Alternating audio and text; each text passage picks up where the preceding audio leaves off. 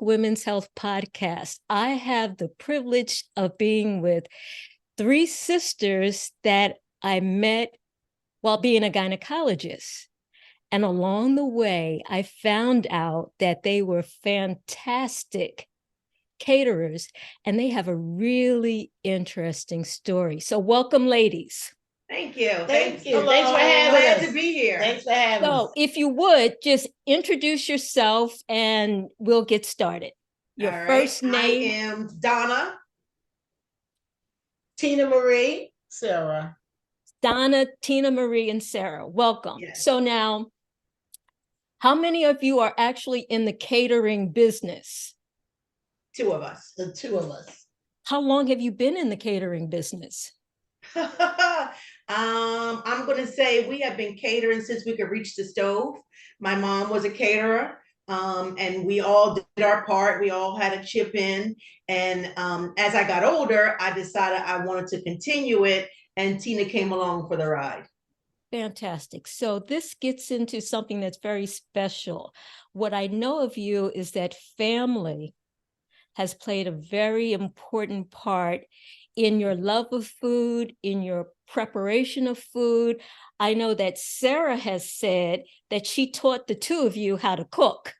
She's taught us some things. She's taught us some Indeed, things. I have. Yes, I am much older than that. You don't look it. You don't look it at all. So, But I am. So tell me, how did it come about, or tell me what was food and food preparation like, and the importance of food in your family growing up? I'll tell you a funny story real quick. It all started because my mother had a lot of children and she had to constantly cook. And constantly cooking, you learn things. And when you learn stuff, you want to share it. And she started to share with her children about cooking, the need to prepare food, the need to shop for food, and also, more importantly, to make food so that people want to eat it. Yeah, that part. And because she made food that people wanted to eat, she started to cater herself. And she would cater parties and she would cater weddings. And we all started as shrimp peelers. Yes. And we would peel hundreds and hundreds of shrimp. You remember when they used to come in like that box? They were like that frozen. Yes. What was it? Like a frozen a block. It comes in a block. Yes. Yes. Unlike now.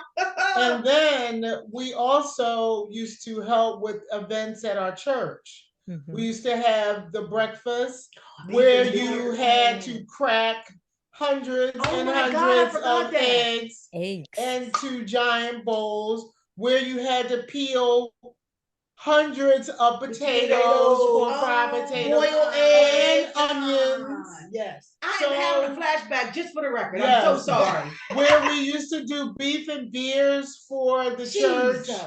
And we had to slice the beef, and you had to make the gravy. You had to pre-slice all the buns. So my point is that we came by cooking and the love of cooking from a very young age, in a very honest and heartwarming way from our mom. Yeah. Couple questions about that. Who taught your mom how to cook? I gotta tell you, everyone, she has a large sibling base, and they taught her how to cook. And we have aunts that love to cook, and uncles who married women that love to cook. Yeah. And bake. And bake. Absolutely. And so the was it girls and boys, or just the girls? Absolutely, no, it was girls and boys, because my brothers cook. Each of my brothers, not only do they cook, but they cook very well. Yes. We are a cooking family. Before, like, we might say, let's get together and do something. After we decide what we're going to do, the next thing is what we eating. Yeah. There's always a meal involved. Always. If there's no food, nobody's coming. Because my brother Joe, he's not coming. What we eating? So do you make your own recipes? Or absolutely. Oh, wow. Yeah, so I'll give you an example. Today we knew we were doing this, and of course we have to have food. So Tina Marie made a pasta with sauteed mushrooms. I did a lovely roast chicken. Very nice. Sarah said, show it from the side. Very nice. And Sarah did a beautiful ginormous salad. Look at that. Wow. All the everything in there. Blueberries. And blueberries. And Did I hear blueberries in the salad? Blueberries are in the salad. Very exotic. Very exotic sounding salad. What type of salad dressing goes with that? So this dressing is homemade dressing because I always make my dressings fresh. It is raspberry vinegar from California, from Sonoma Valley. Oh my goodness. It is heirloom honey from Pennsylvania. Ooh. It's mirin and a little Dijon mustard, horseradish, oh my, a little chili sauce to give it a spice. I had to get a spoon because it has a sweetness to it. And when you have something sweet, in order to balance it out, you want to add a little heat to it. And of course, olive oil to blend it and mix it so it's a proper emulsion to hold together. So we wish you had taste vision. I honestly, I wish I could smell it. I wish I could taste Donna it. just drooled on herself. All down the front. So now I'm jealous, but I have on a light colored shirt, so I'm going to lean in. That was delicious. Absolutely delicious. Ooh, girl, tastes like soup. After this. Meanwhile, while I drink this dress. It has all the everything. Umami thing going on. So here. how do you know about? We feel I our have food. to balance the sweet with the savory, and it's a gift that we have. I gotta tell you honestly, it is a gift, and it's also when you're doing things a lot. It's tried and true things that you know. And we don't just guess at what we do and how we do. We are very immersed in what we do. Yes. So we watch cooking shows, we read recipes, we experiment with all types of ingredients and all types of cuisines. So that is how you become more familiar with what you're cooking and how you're cooking and how it's going to taste. Do you think anyone could be? And these two are French cooks. When it comes to style of cooking, to me, their style of cooking is very French. We like sauces. And my style of cooking is very ethnic. So I'm the one when we have catering jobs, when it comes up to somebody wants something from Africa, Jamaica, Turkey, Israel, I'm the one that does all the cooking and coming up with recipes for that. Oh, don't forget the vegetarian. And vegetarian. I do the vegetarian food, the vegan food, but these two. We are meat and potato girls. Are the meat and potato girls. And the sauce and you like a salad. I love a salad. I love vegetables, period. Yeah. How about when we're in Cape May? What's the first thing out of my mouth after you? You don't have a salad. What's the salad? And when we were younger, my mom didn't eat a lot of things. She ate like leftover scraps. But I remember as my mom got older and we had to cook for her, and I'm not exaggerating, my mom had a bowl this big, a salad. Wow. And that's what she ate. That was her dinner. Yes. Wow. Not a salad for the family. She ate a bowl of salad that big all the time. Wow. So we love salad. Well, I'll be honest. I eat the vegetables and the salad and the greens because I have to stay healthy. But if I could just have a steak and a potato, I'm good. A little gravy on the side. I don't need anything else. I mean, I'm a straight up carnivore. I am. It's amazing. There's a wide range of preferences and taste and style coming from the same family. Yes. So what was holidays like at your home? Oh boy, we were just talking about that. Who's making what for Thanksgiving? But can I tell a funny story though? Which Please. one? So I'm on the phone, get it. I'm on the phone with my girlfriends one day, and we're discussing Thanksgiving.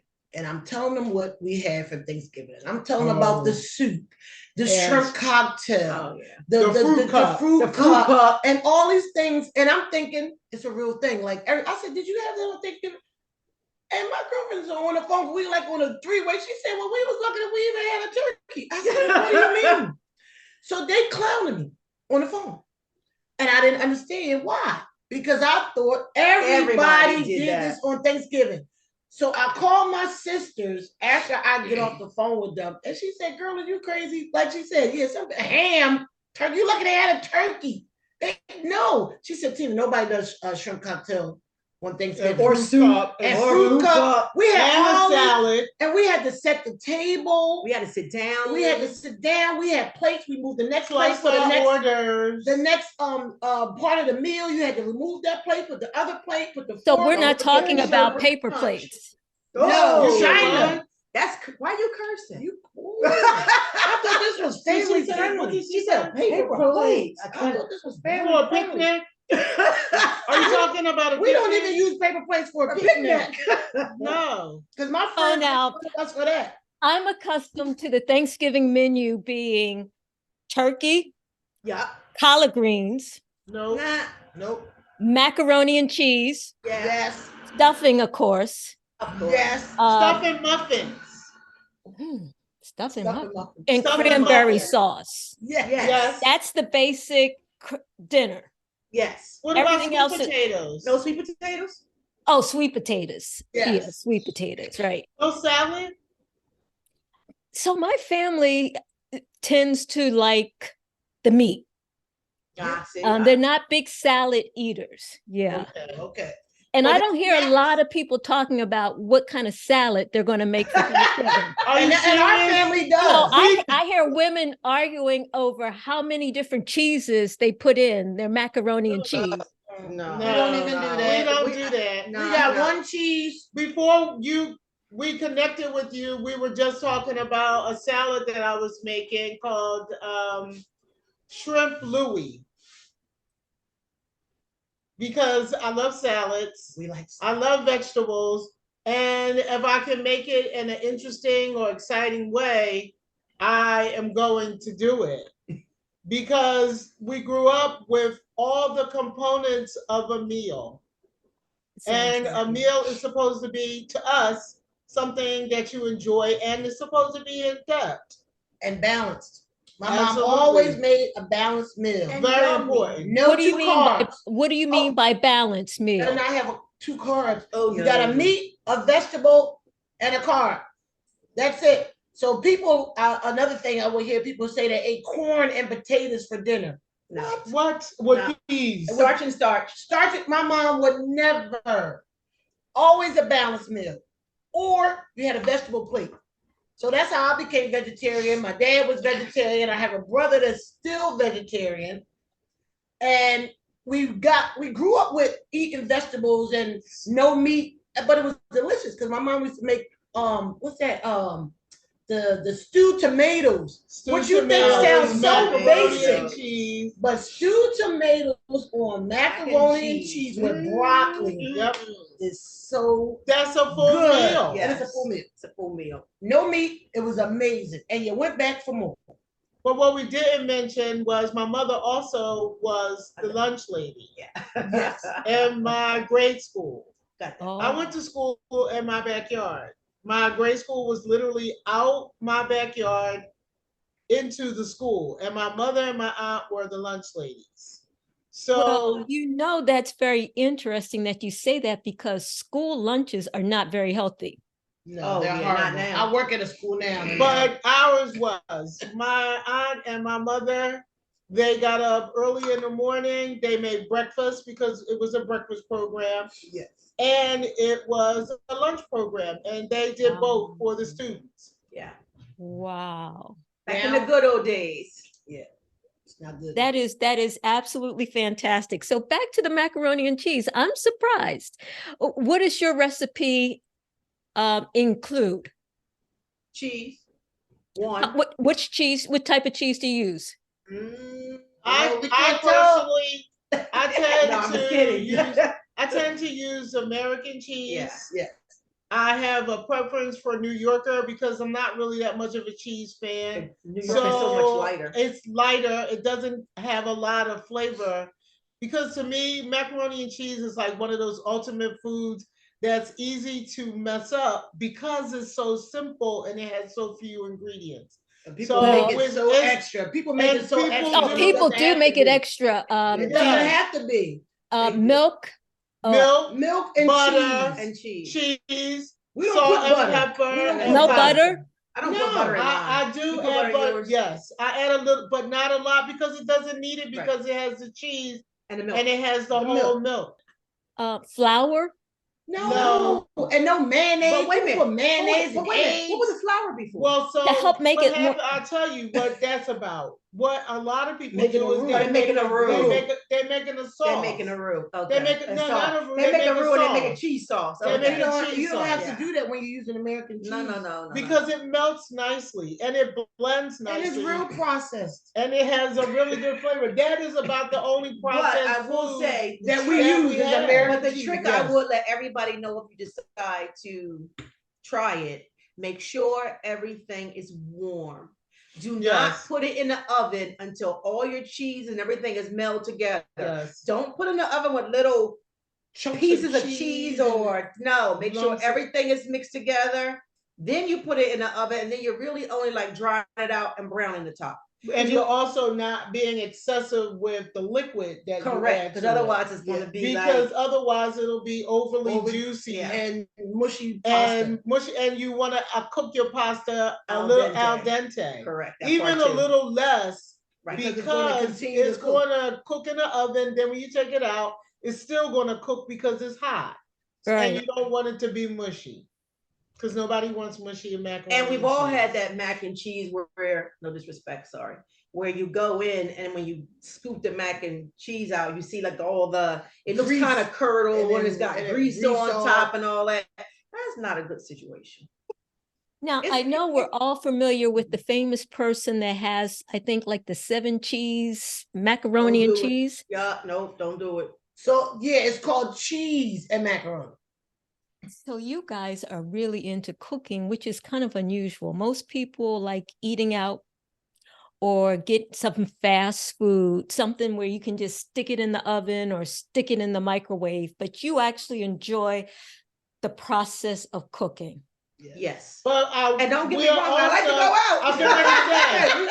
We like a good restaurant. Not only do we like to go out, when Donna got married, we like to go out so much that we went to Italy to eat up all the food that we could eat up in Italy for her wedding. Because she got married. Married twice. She got married here with our family, and then I approve of that. Friends and family, and we went to Italy. We went to Umbria and Tuscany, and ate some more. We were in villas. Yeah. And we were in complete Italian fabulousness. We had all the modern conveniences. We had the best of the best. Yeah. And we put it on and it was fabulous. It was memorable. Yeah. People that I know that have gone out of the country and eaten in places like Italy and other places, they say the food tastes so much better. Oh, so much better. And that here we eat a lot of processed foods. Yep. So foods with a lot of salt, a lot of sugar, a lot of oil in them. Yes. We'd rather have our sugar. But the big difference also comes in how you as the individual prepare your food. If you find that food is overly processed, eat less processed food. Right. Make sure your food is whole. Right. When we got to Italy, the first thing we did after getting our luggage and getting our vehicle is we went food shopping. You went food shopping? Yes. You still gotta cook your own food. I cooked absolutely. We went out, of course, but I cooked absolutely every single day. Now, most people don't consider that a vacation. Oh, Oh, God. yes. We're getting to use the ingredients. Yeah. And another, You're going to the grocery store. You're Yes. getting all Going the to the stuff. supermercato. You're like going- Wait a minute, touching could you and smelling speak? and- Could you communicate with them or? Oh, yeah, they or- speak Yes. English. Yeah. They speak English. even when Yeah. they couldn't. And even if they couldn't, I mean, Oh, they do a lot of hand. a chicken is a chicken. A chicken, It yeah. doesn't matter where you Not live. to mention, you learn a little bit enough of the language so that you can communicate, because we went in tiny villages and we bought food. We had fresh chickens that had been caught that morning, Oh my goodness. Yeah, it was slaughtered, fabulous. and just remember you guys were having Yeah. the food demonstration and I was making And you that made fried chicken. And you know where everybody came?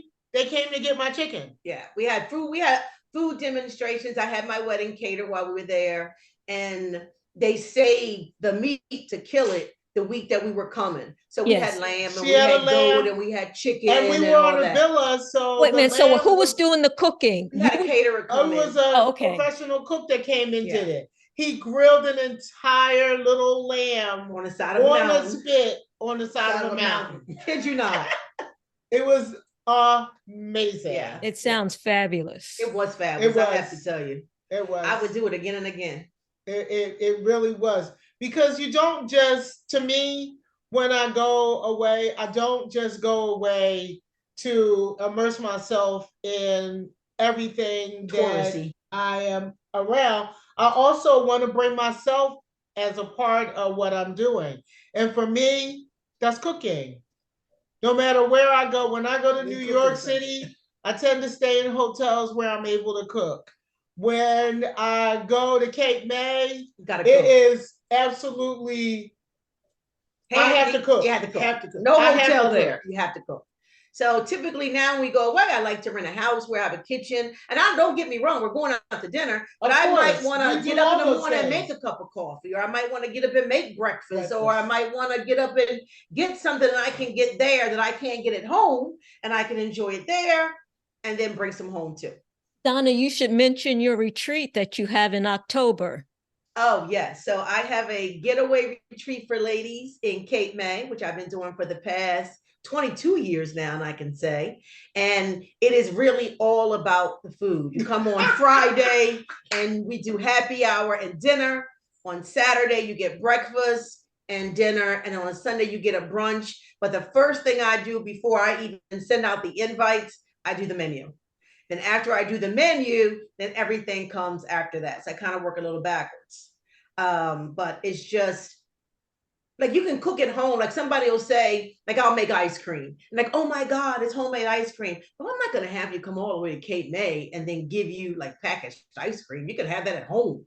If you're going to come all the way there and you're going to pay me money, I'm going to make sure you're having a food experience at the end of the day.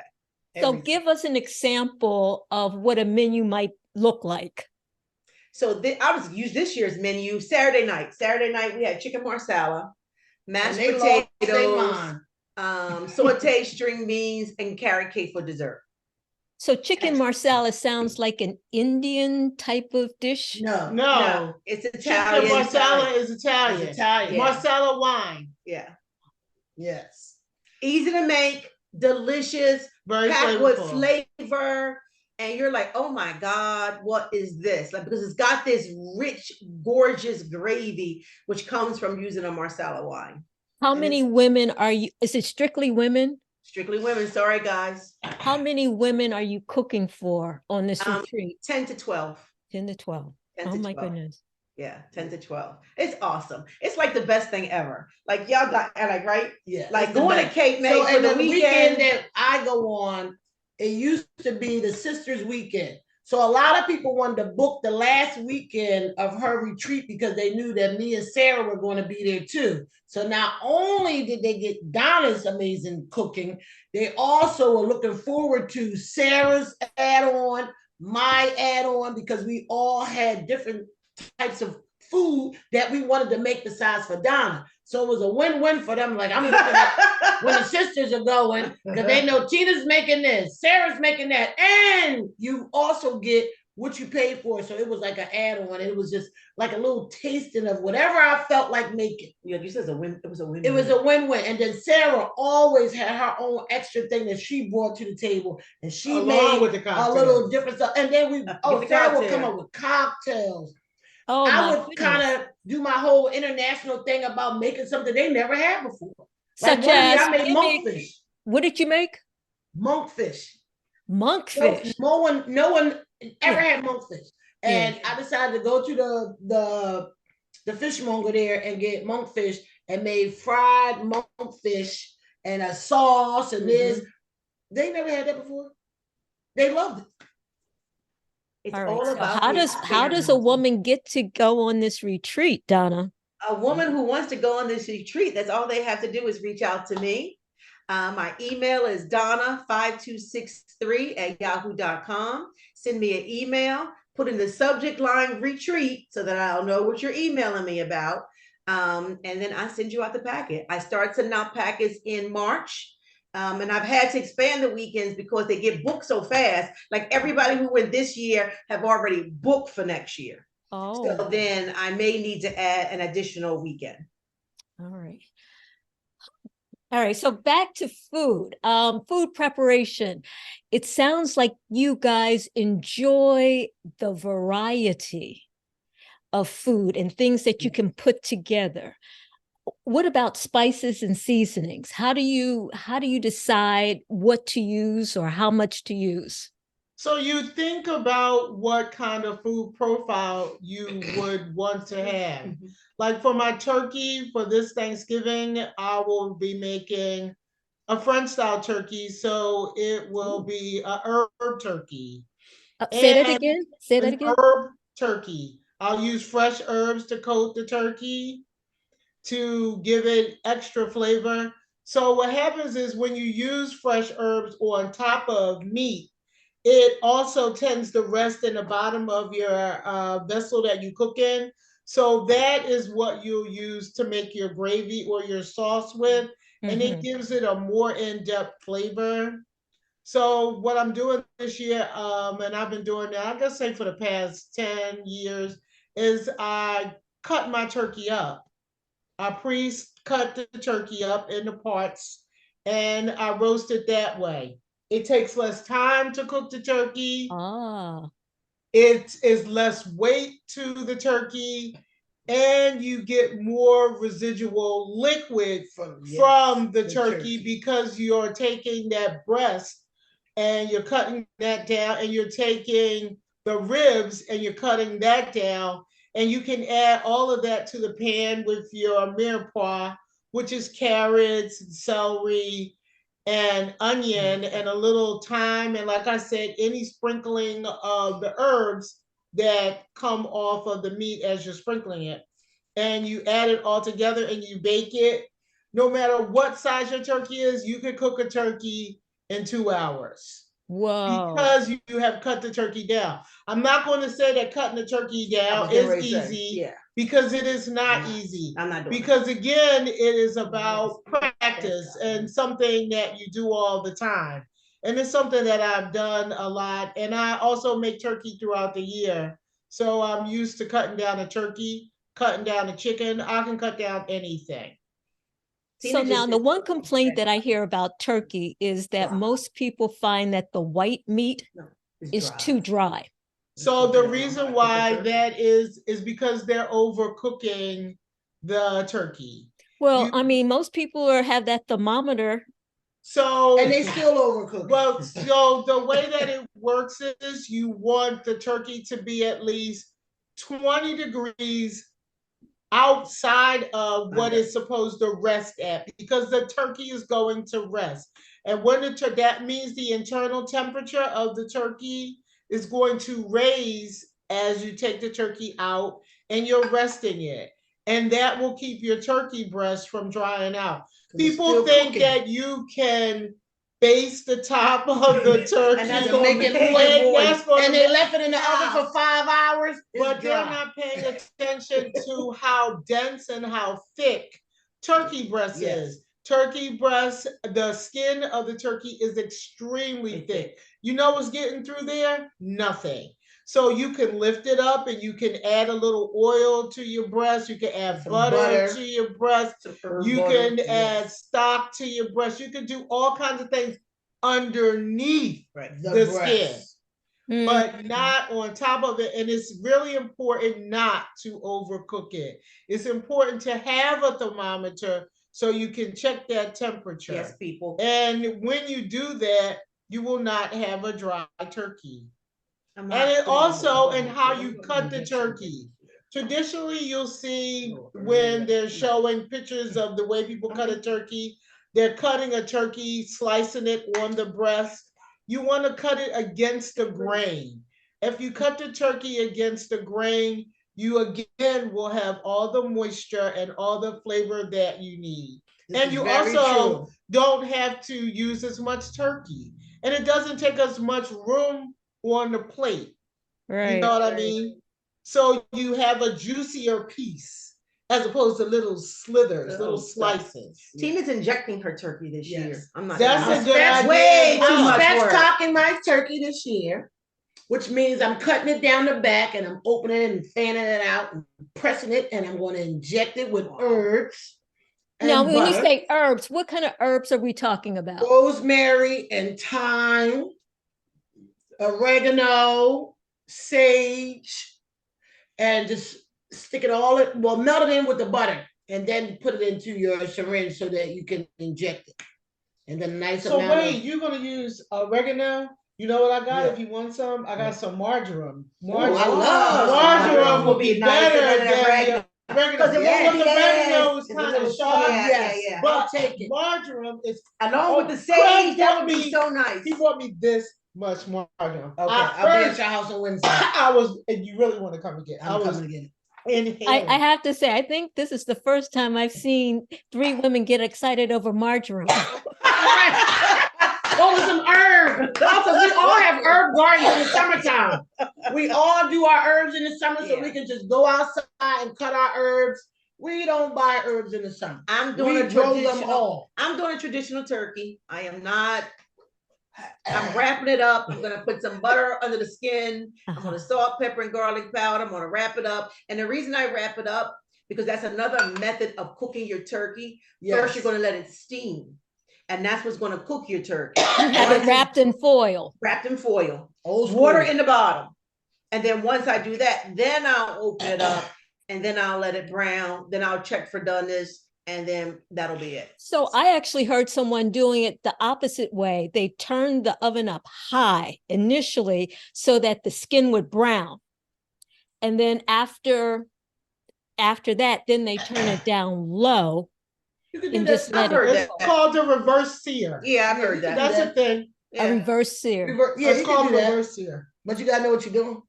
You really do. And the only concern I would have about doing that is if you, as I'm just thinking it through, so you go and you make this beautiful crust on top, but then when you wrap it up, you're going to lose that because now it's going to steam and you're not going to have that beautiful crust. No, they don't. They don't wrap it up. They never. So they turn the oven all the way down. They turn it down real low. So they cooking for 5 hours. Too long. Yeah, it's like, and actually, that's what they said. They would do it late at night, and then they would go to bed. And when they would wake up in the morning, that's why your turkey dry. Yes. Yeah, too much. No. First of all, it's too much. Yeah, I mean, think about it. It's Thanksgiving. And despite that it's Thanksgiving, you've got company coming over. It's a whole day of food, of eating, drinking, enjoying. And I don't want to spend my whole day in the kitchen. I want to be able to eat with my guests. I want to be able to sit down and have a glass of wine, sit down and have a glass of bubbles with my company and not be stuck in the kitchen. So I think what we've learned over the years, from how not to be stuck in the kitchen. Cooked with my mom for 100 years, how not to be stuck in the kitchen. You gotta be able, and you gotta, like this one here, never goes no place without a list of all the things that have to be done. Yes. You gotta make that list and you gotta create that timeline. Wait a minute, what is the list? There, I got a list of everything. Everything.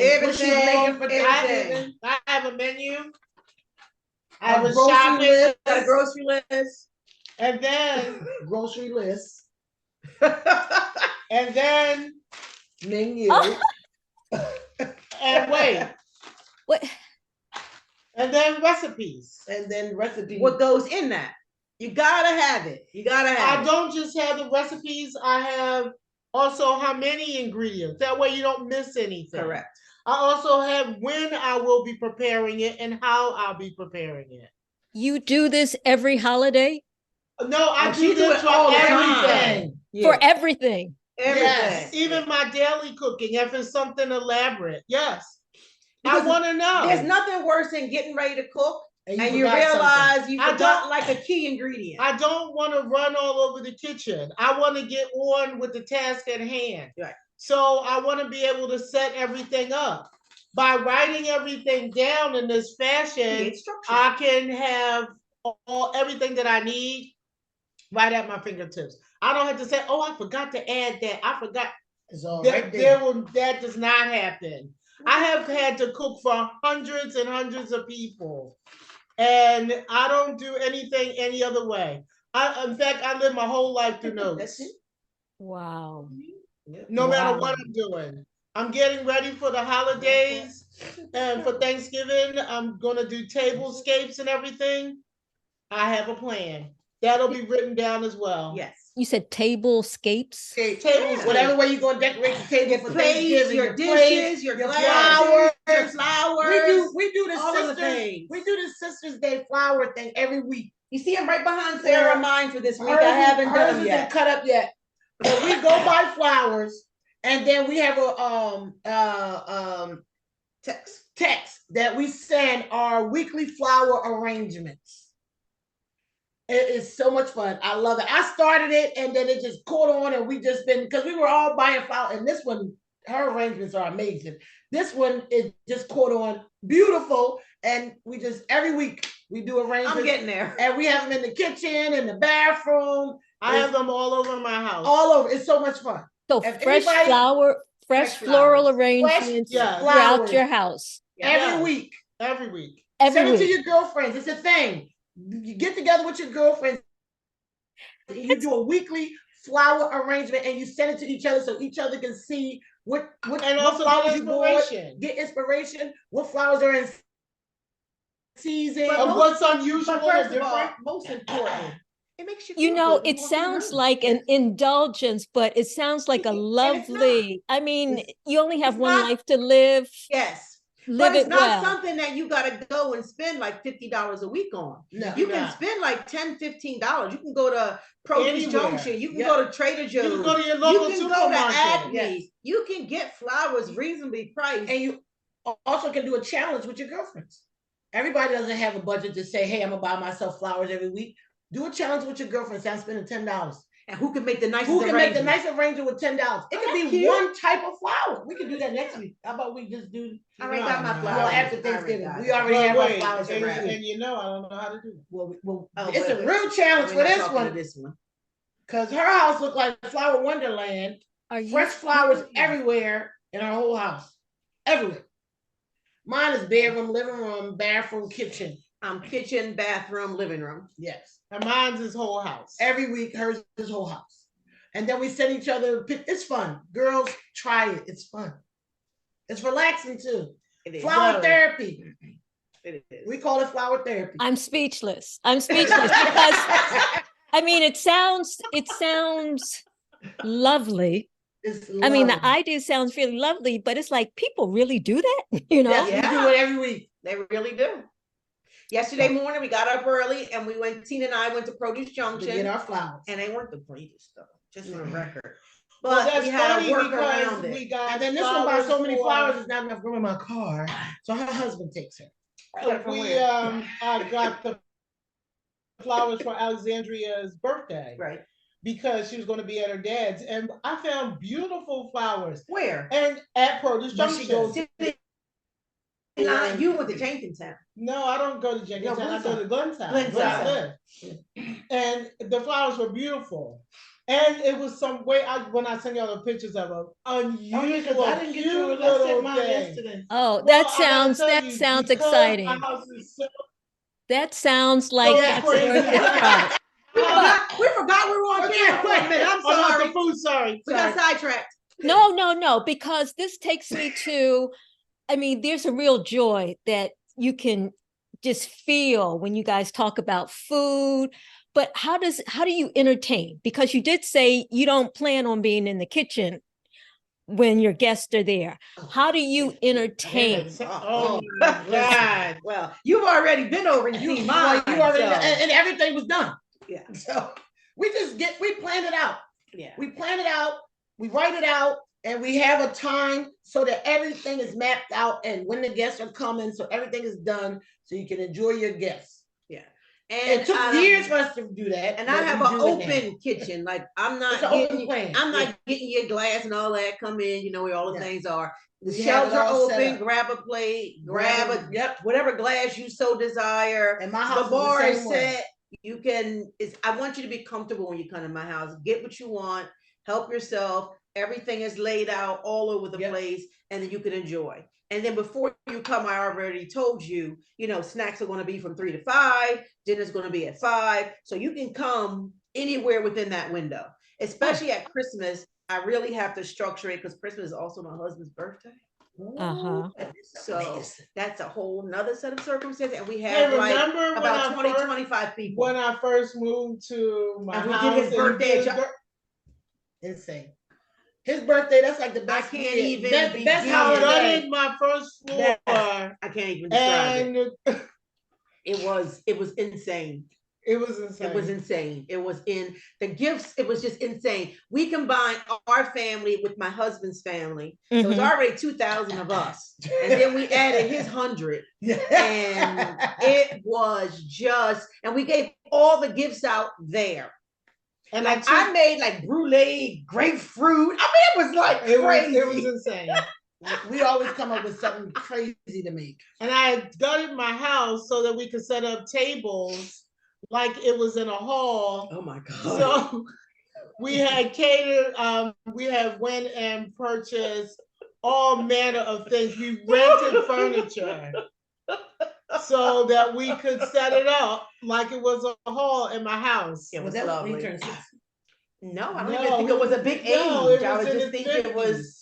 I think I've been in my house over 20 years, so I think we just decided to combine the Christmas. Yeah. But I think we got to back. No, we got no. People gonna be careful. We got to roll it back for a little bit. Yeah. Okay. So our childhood Christmas was always ginormous. Oh yes. Like we had Christmas breakfast. A lot of people. And because you said there were 9 brothers and sisters. There are 9 of us, spouses, kids. So my mom always had like a big Christmas breakfast, sausage and pancakes and French toast and omelets and Danish and orange juice. You name it, we had it. And breakfast went like all day, and then from there, as we got our own houses and our own kids and our own grandkids and our own husbands and all that, we started to do things together. Like Tina lives up the street from me, so she's always at my house for Christmas. Yeah, and Sarah's at her house with her husband and her too many decorations. And that's a whole winter. So you don't come together like you used to? No, we all do it. So we house hop. So since I live around, it doesn't matter if I live around the corner or not. I'm still coming to my sister's house on Christmas because it's insane, and I don't have to do anything for myself at home. I come and help because of course that's just what we do. But it's just nice that I know on Christmas, I'm not doing a bunch of decoration. I'm going to dine out. Okay. It's a party all day. Okay. Brunch to dinner. She does both. I stay here all day and I eat and drink all day. And then brunch just rolls into dinner. So you've had this already planned out because you have the Yes, every year. And so you have your food already prepped. Yes. So that when it's time to cook, you just put it out. Yes. And dinner is usually made, like I always decide in advance for dinner. Like for dinner this year, I'm going to do a large chicken pot pie, which is easy peasy. It will be in the freezer. So all I have to do is pop it in the oven. And Tina is going to do a panini. And then we'll get some nice rolls. And then that's dinner. We make what we make. So that's the only thing I have to do. They love my panini. Donna don't do that. So that's my contribution. It's a Puerto Rican. Panini means pork shoulder in Spanish, but it's rubbed down and herbed down and cooked slow, and she don't have time to do all that. So I'm doing that. And in my household, we don't go anywhere. We have brunch, Then we open gifts, and gifts take about a couple of days to open because we open a gift an hour. And Just an hour. It's insane. They're insane. I mean, literally, it's insane. Our whole house is over the top decorated, and for our dinner, we grill. We grill steak. Yes. You'll grill outside. Yes. Oh yeah, we're Even winter with snow. grillers. Oh yeah, Who cares? We have decks. We're not grilling in the actual snow. We're grilling on the grill. Yeah. We're winter grillers. It doesn't matter. I love grilling. We are winter grillers. Yeah. We're all year round grillers. Yeah. Yes. Yes. Well, I mean, more than the food, what I'm hearing is a lot of joy.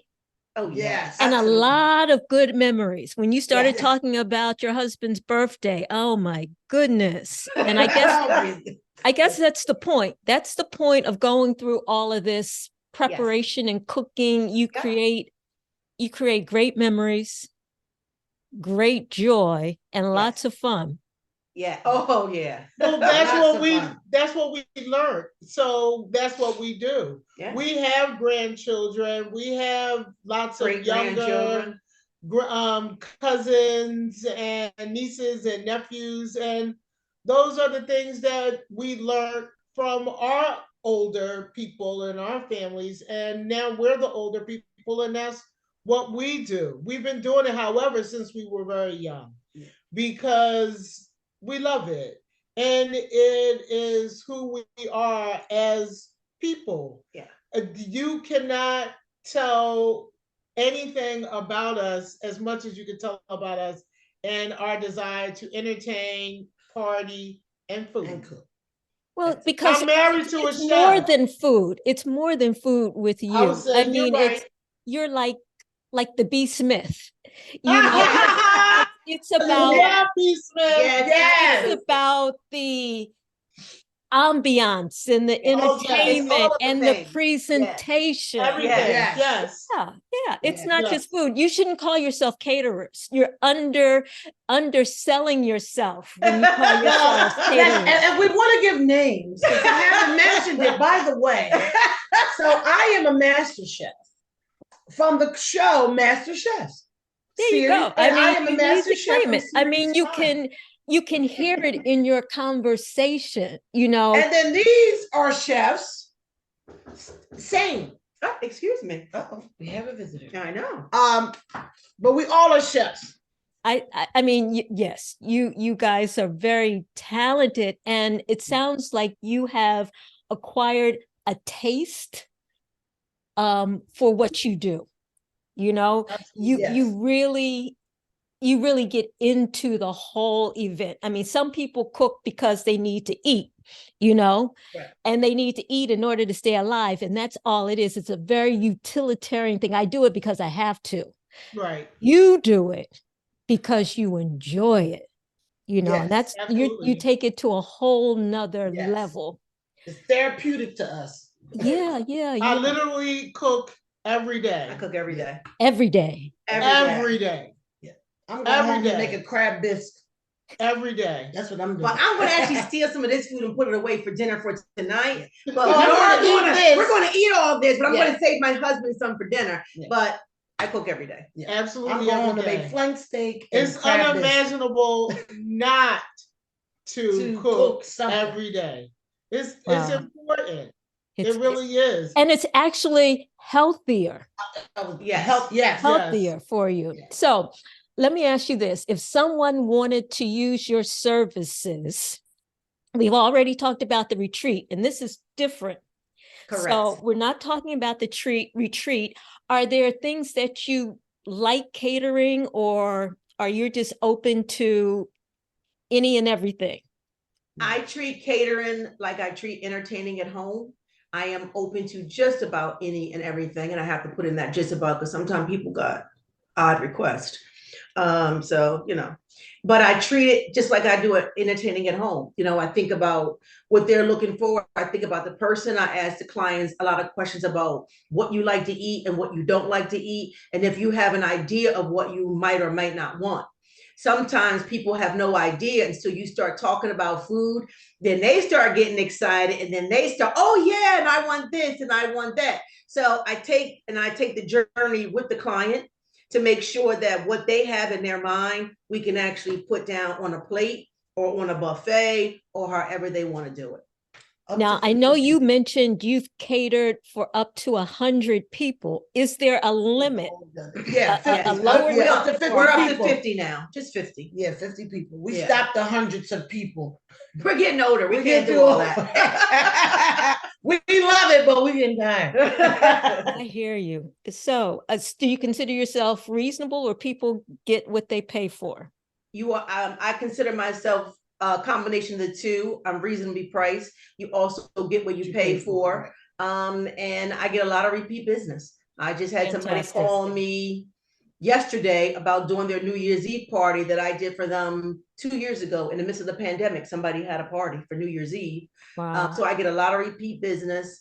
I'm reasonable. I'm not the cheapest person in town. I'm not the most expensive person in town, but you're not going to be dissatisfied at the end of the day. Cool. Google us. Simple Delights Catering.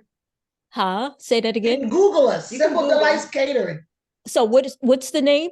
Simple Delights Catering. They can Google us. Simple Delights Catering. Yes. Okay, that's good to know. So, I mean, any tip, or before we start to close this, wind this down, any tip for, I mean, by the time this plays, it'll be a day after Thanksgiving. So there'll be leftovers. And then there's Christmas and the New Year's and the holiday season. Any tips for people concerning food, entertainment, getting through the holidays, family, stress of it all? Anything that comes to mind? Try to clean while you're cooking. Very important. Don't throw all your pots in the thing and say, oh, I'm gonna get to it later. As you're cooking, clean.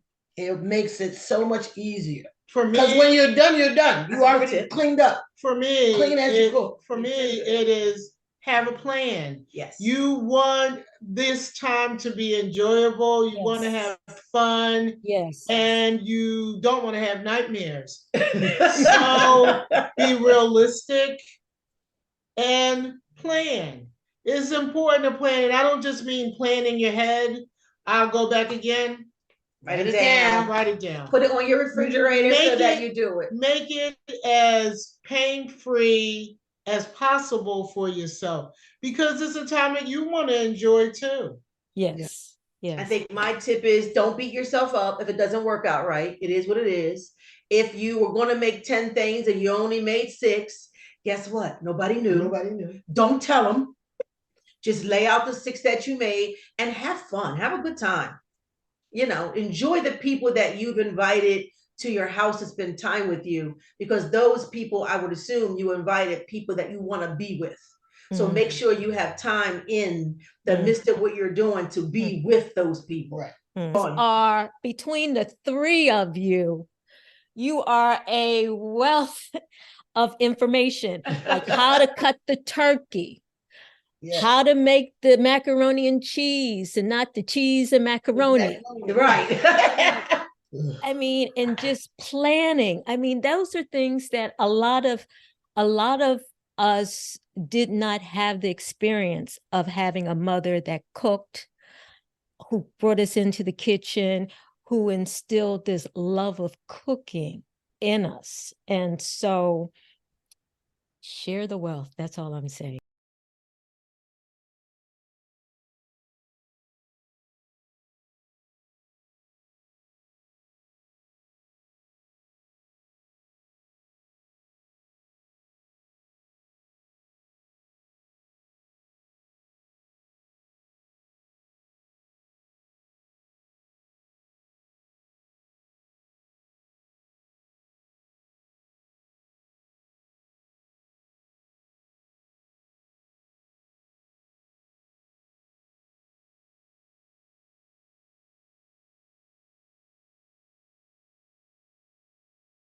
All I'm saying. Yes, All yes. right. Absolutely.